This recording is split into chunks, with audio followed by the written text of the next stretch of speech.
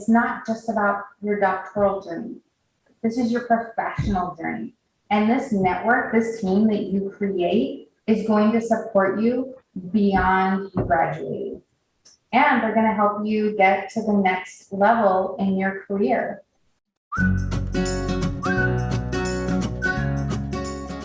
You're listening to the Happy Doc Student Podcast, a podcast dedicated to providing clarity to the often mysterious doctoral process.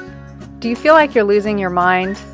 Let me and my guests show you how to put more joy in your journey and graduate with your sanity, health, and relationships intact. I'm your host, Dr. Heather Frederick, and this is episode 59. In this episode, I welcome back Dr. Jodie Hemerda. She has successfully navigated both the academic and business arenas for more than 20 years.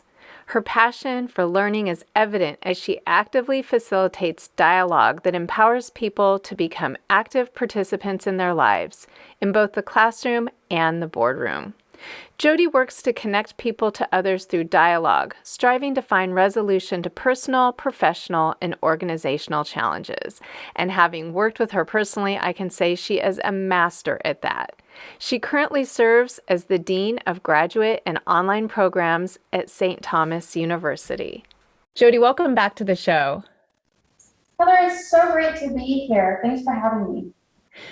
We talk a lot about how important it is to have support when you're going through a doctoral program, and it's a topic that's near and dear to both our hearts. There's been a number of episodes where guests have brought this up, but you can never talk too much about such a critical aspect. Where do you want to start? Well, I think what I'd like to do is start kind of just with the transformative component of this journey, because for me, it all really just goes back to the fact that this is incredibly vulnerable pathway that you're embarking on. And, that just really leads me straight into who's got your back? Who can you trust? Who can you rely on to give you good information? A piece of that is also, who should you not trust? And you're going to have a lot of people in your life who don't understand why you're embarking on this journey. I had someone very close to me who, I'll be very frank, said, well, you're just doing this doctoral degree so that you can prove that you're smarter than everyone. And that just leveled me. But I made a mental note. This is not someone I will talk to about my experience, right? You have to create those boundaries. And so it's important to figure out who to let in and who to keep out. And then even those that you keep in, you need to create some boundaries. So as part of all of this, you need to reflect for yourself. Just because you have someone who's really close to you in your life doesn't mean that they need to be in that circle for you. The people in your life support you in a lot of different ways. Let them be that for you. Maybe you have someone who loves to cook and they want to cook for you and your family while you're studying, but they don't want to hear about your topic. Okay, let them cook for you. That's how they're showing you that they love you. Maybe there's somebody who wants to talk about your topic, but then they start questioning everything you're doing. Be really cautious about that, because now all of a sudden, now you're questioning.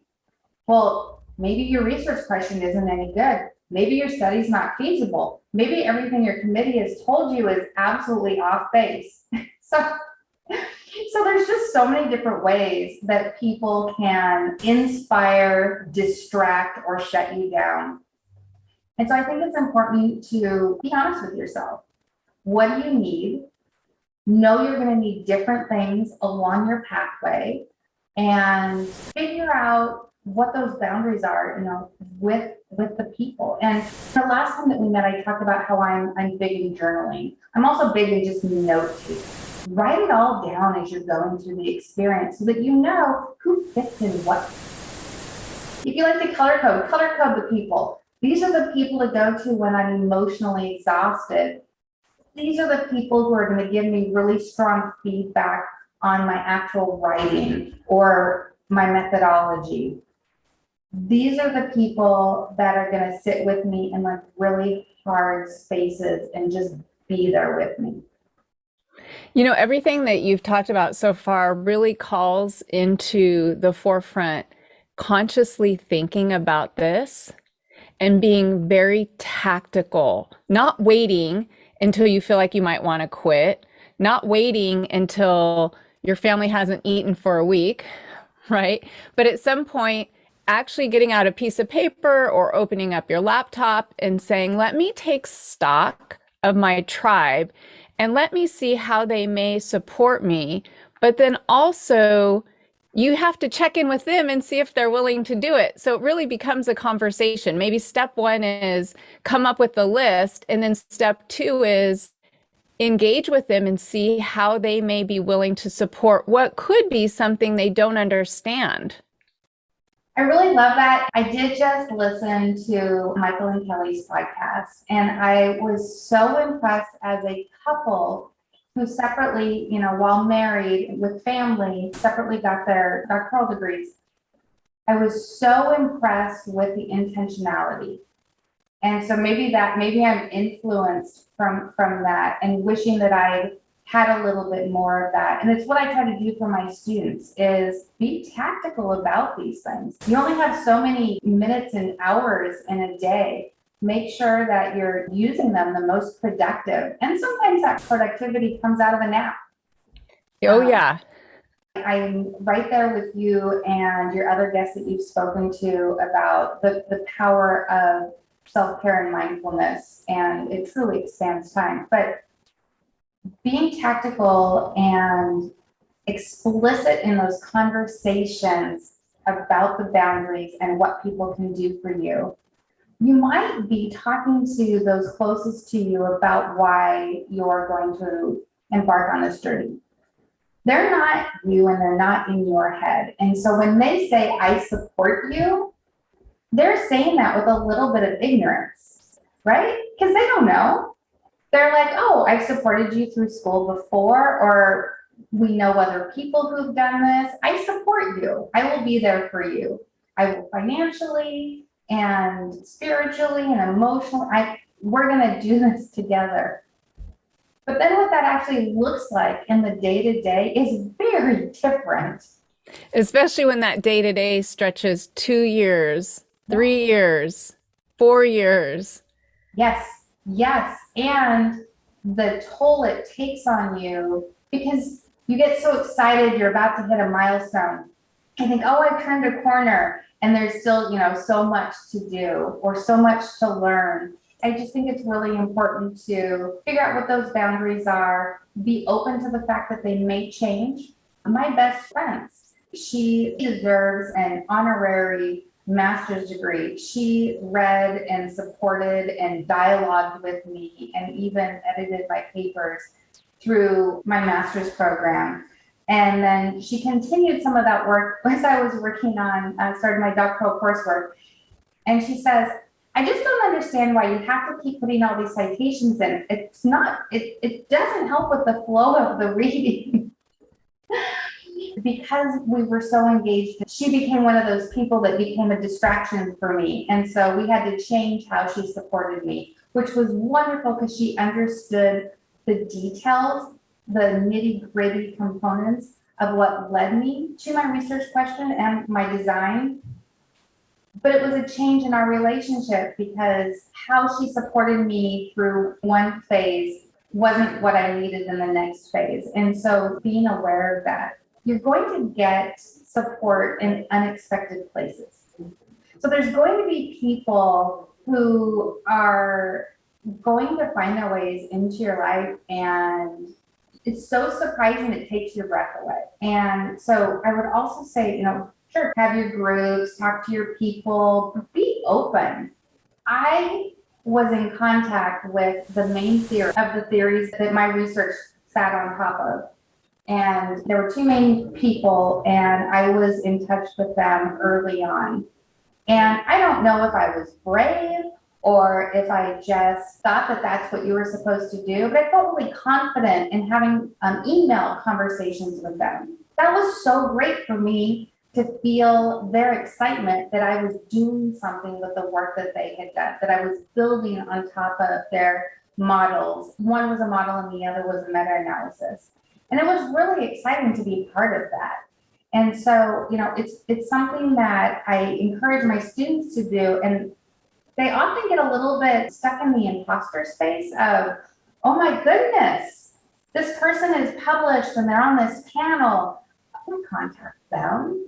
And it's important to be able to push through that and understand that when it comes to our academic work, we love talking about it. We get so excited, and the student reaches out to you and says, oh, Dr. Frederick, I am so excited about this work that you published.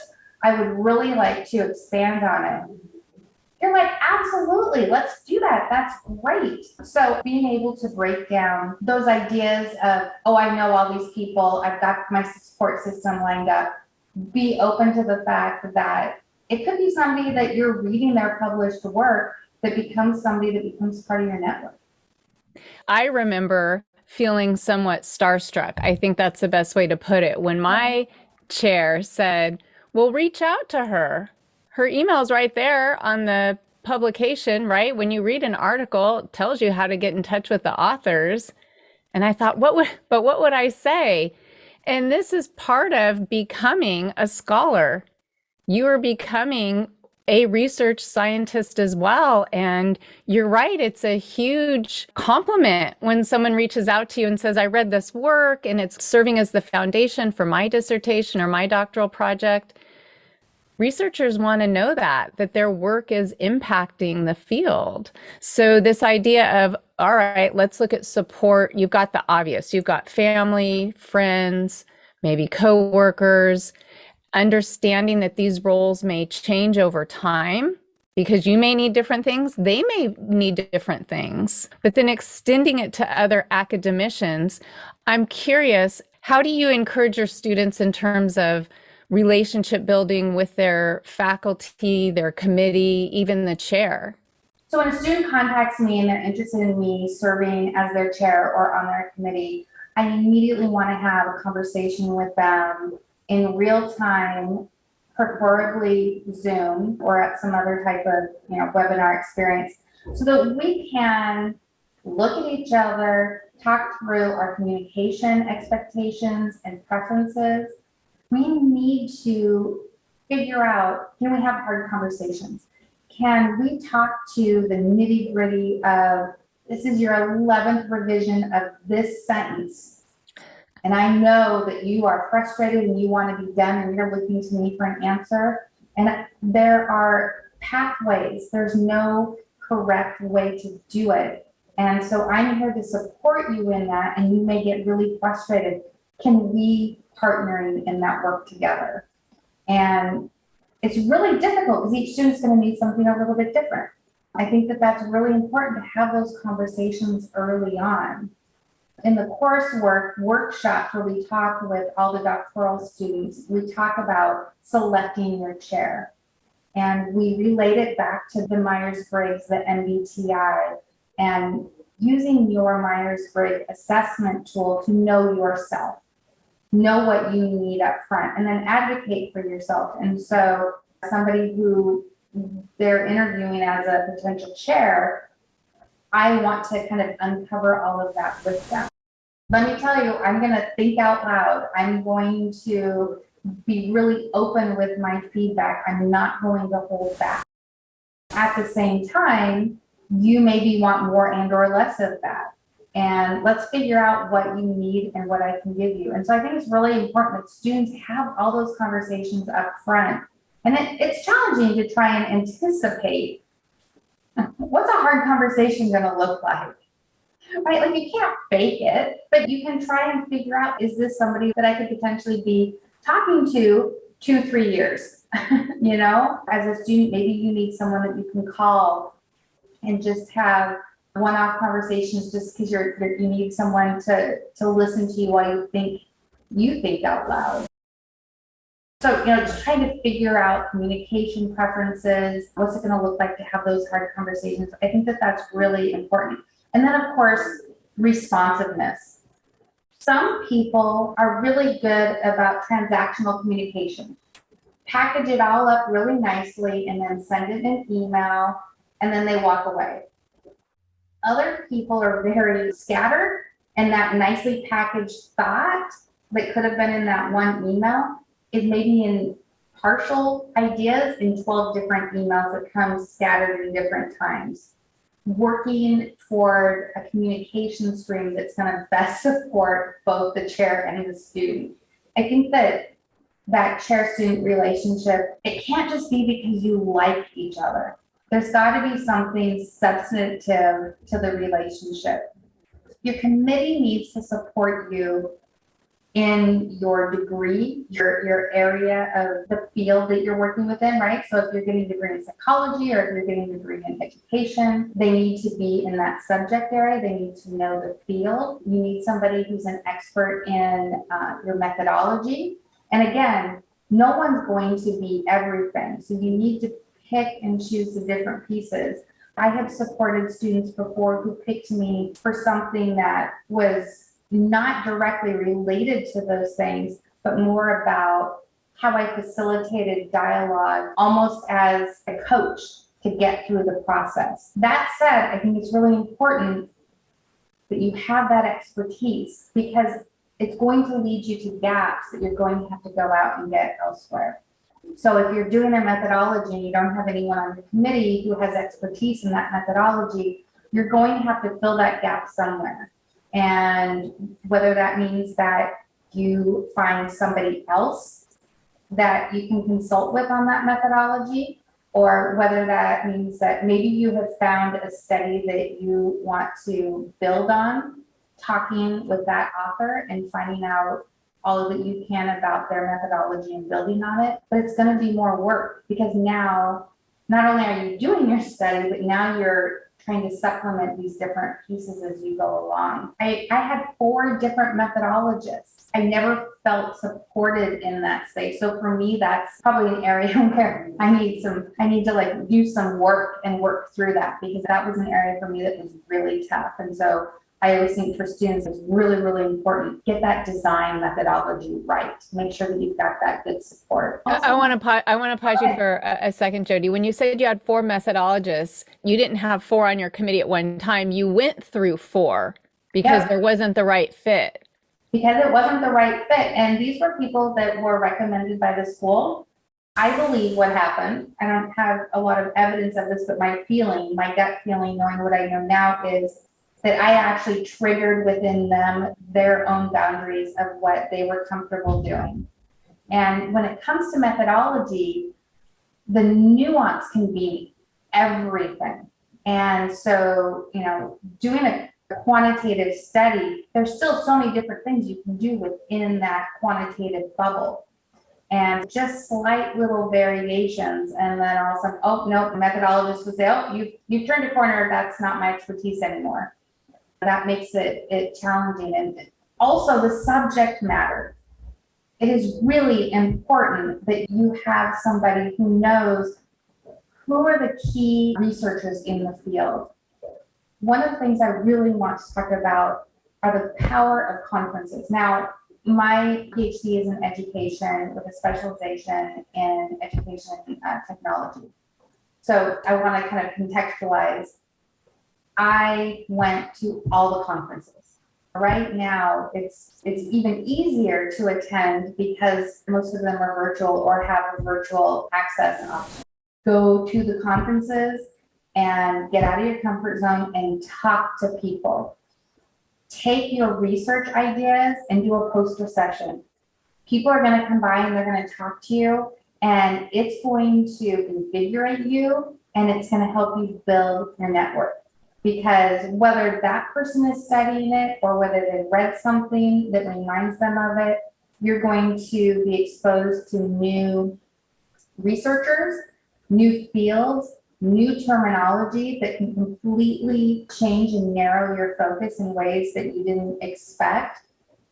but it's really important to get out there, workshop your ideas, and let other people be part of that process with you. I remember all the times that I was out standing next to my computer screen because I would do a digital poster board, and people would come and they would talk to me about it, and I would leave with all the business cards and all the excitement. You get back 10 times what you put into it. It's such a great way to really think through your pathways. And earlier I talked about cautiously the people who are overly curious and maybe ask you so many questions that you lose your focus. After you do a conference, you absolutely are going to want to very quickly get back with your committee and talk with your committee to make sure what comes in and what stays out on all those ideas, because it can really get big fast.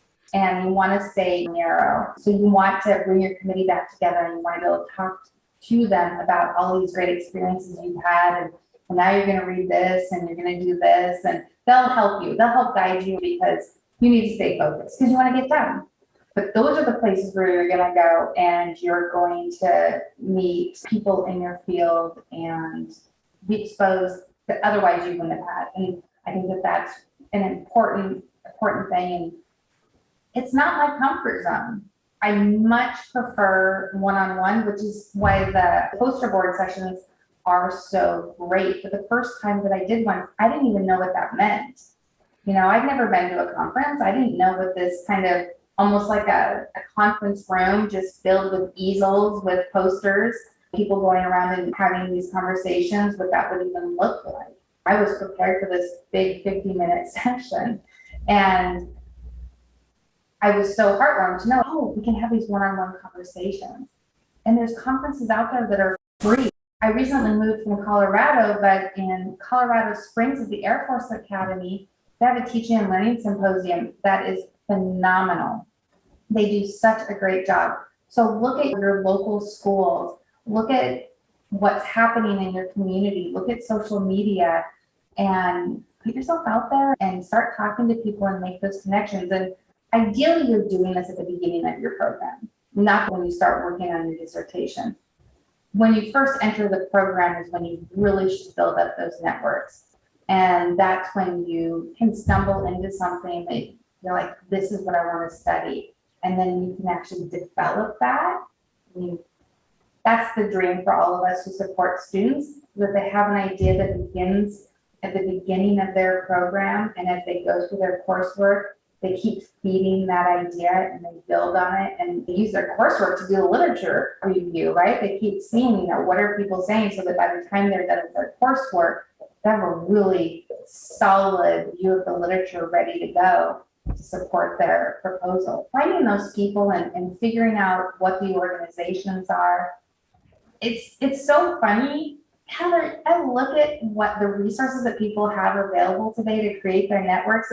We didn't have anything like that. I look at LinkedIn and I'm like, you can just go and type into LinkedIn your topic and, there's 2,200 groups. Would you like to join? And maybe that's it. Maybe it's too overwhelming a little bit. But I do think this idea of starting early, it's the ultimate work smart hack, really, for getting a doctoral degree, is if you can at least locate this general area that you want to be a key player in and start networking. I found conferences when I was in graduate school to be the antidote to the imposter syndrome, because I got out there, right? Like you did, you get out there, you start talking to people, you realize they're just humans too, that have ideas and questions, and you have questions, and before you know it, you start feeling like you do belong. It's almost like these little micro habits that you develop over time, and you think, I am a scholar, right? Yeah. And now there's social networks there. You can Google, where's a conference near me? It might at the outset seem a little overwhelming, but I think the thought there is decide that you're going to get connected and get online, look at LinkedIn, ask your committee, or if you're not even working with your committee yet because you're early in your program, ask a faculty member, ask a peer, ask a recent graduate, but start acculturating yourself into your area of study. And that's where you're going to find this support that you mentioned earlier. We've got the obvious players in our support team, but then we've got these people that we haven't even met yet. Yes, yes, and that's why I think it's so important to be open to that, because if you're closed off to that, you're not actually going to meet them. You'll go through the motions, but you won't be open to that. The people that I have come into contact with through my academic journey, I have people now that I feel friends, not even the right term, right? It's your extended family. And it's so incredible to have those people. So I have a little bit of a interesting reflection preparing for our conversation. I actually had my dissertation approved by the dean of the school that I was going to school at 5 years ago. So 5 years ago, I was out celebrating with my husband. Since that time, I've gotten a dream job that I didn't even have the imagination for at that point in time. And I moved to a tropical wonderland. And it's just 5 years. That's just 5 years. And I could not do it without all the people that I curated in my team, my network. That's what it's about. It's not just about this knowledge that you garner and this little piece of sand that I always refer to, that you are now, that's your fiefdom. Like, you know more about that grain of sand, that little tiny topic, than anybody else. I'm able to do the job that I have because I have people like you that I can throw a quick question to. I have others out there that I'm constantly asking, hey, we've got this really hard problem in my field of study. And this all came about because I was open to these relationships and building my network. And so I would also encourage people to think it's not just about your doctoral journey. This is your professional journey. And this network, this team that you create, is going to support you beyond you graduating. And they're going to help you get to the next level in your career.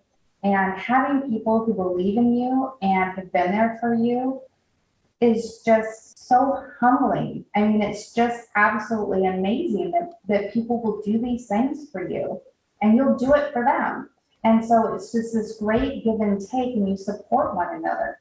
To be able to create that community and that family is just something that takes my breath away. There's just no words to describe how amazing and supportive that feels. I encourage people to go out of their comfort zone. Look at those networking opportunities. At a conference, I learned about these networking sessions where every Monday you get invited to network on a Friday. And they were very narrowly looking at it for a particular job type. And I said, well, I manage the team that does that. I'd really love to talk to other people who are also managing those types of teams. And just so happened that they were just in the ideation stages of expanding on this networking event. So I have met such amazing people because for 18 months, I had Fridays where I got to have these one-on-one sessions with people at prestigious schools, all because of this networking event. And so when you learn about something, if it doesn't quite meet what you want, ask. Engage the people who support it because they want it to grow. They want it to meet the needs of the people that they're serving. And so while their ideas started out very specific, it can grow. And so, whether it's a networking opportunity or even if it's a conference and you think that there's a theme that's missing. And so what I'm saying is, don't be afraid to suggest something different than what's being done. Have those conversations and put yourself out there and, meet people. Be open to it. And like I said, I prefer the one-on-one. So when I learned about the one-on-one networking opportunities on Fridays, yeah, I'm in. at the same time, did I show up every Friday nervous, like I was on a job interview? Of course.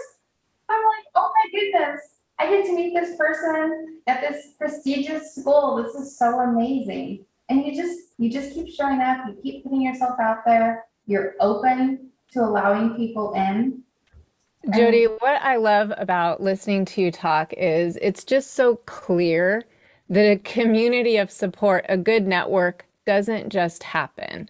I think the tendency is you get into graduate school, you've got your head down, nose to the grindstone. What I love about your message is get out there, advocate for yourself, ask questions, be curious, wonder why couldn't my research be presented here, or why couldn't I attend this networking event?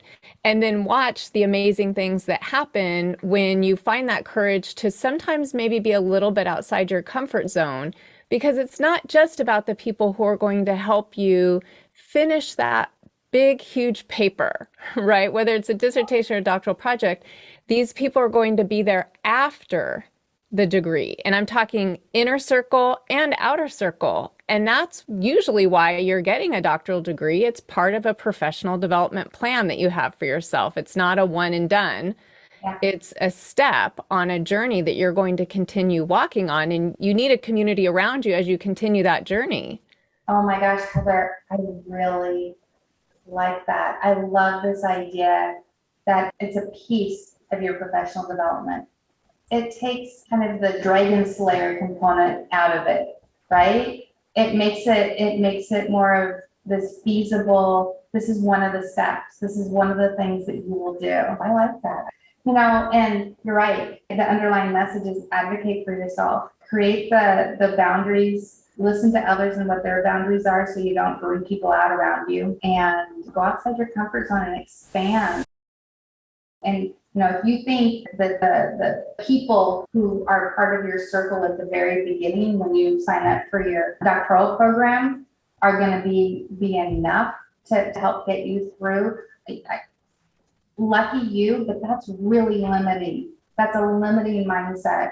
Along with Carol Dweck's work on growth mindset, always be learning, always be stretching, always be open to that next thing. I think that it's really important to advocate for yourself as you're growing.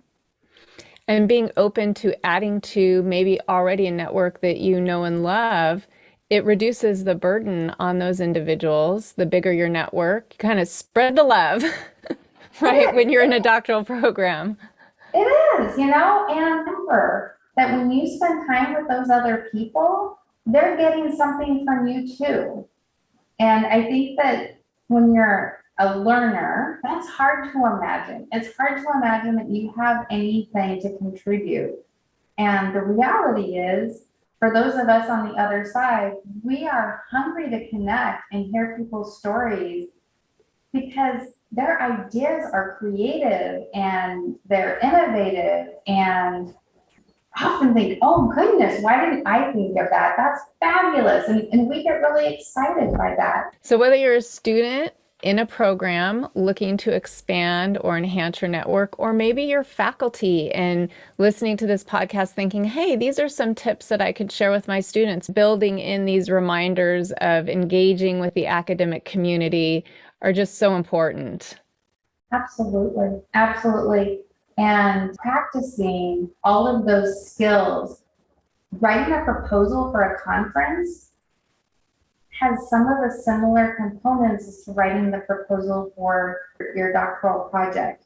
And the stakes are much lower because if you don't get accepted to the conference, no one will know. Right. And so you actually also get that opportunity to practice your skills. And then when you go to a conference and you talk to people, well, now you're practicing your oral defense. So expanding your network and putting yourself out there also gives you an opportunity to practice all of those that you sometimes wonder, like, where am I going to learn how to do this? It kind of comes back to there's practical components of this. And so some of it you can be tactical. You can have, these are the things that I'm going to have on my list that I'm going to go out and do. But then I really encourage you, when you put yourself out there and you do it, be open. Be open to expanding your horizon into something that you were not prepared for. because that's where you can get that joy. I always love bringing it back to joy, because that's what you talk about. That's the theme of your Happy Doc Student podcast. And I just absolutely love that, because this life can be as joyful or as hard as we make it. And so I say, let's choose those joyful moments. I love that about the work you're doing here. Well, what an excellent way to end today's show, Jodie, with you encouraging everyone out there to choose joy. And one way you can do that is by surrounding yourself with a supportive network. Absolutely. Go find them. Go find those cheerleaders. It's amazing what they will give back to you and how you can then support them, because it is such a wonderful thing to give back and to do for others as well. Well, Jodie, thank you so much for being on today's show. Thanks again for having me, Heather. I love doing these podcasts with you. Thanks for listening, and I look forward to connecting with you on the next episode. The Happy Doc Student Podcast is brought to you by expandyourhappy.com, and you can learn more there. Oh, and hey, if you want to make my day, would you rate, review, and subscribe to this show? One more thing. Just a quick reminder that the information, opinions, and recommendations presented in this podcast are for general information only.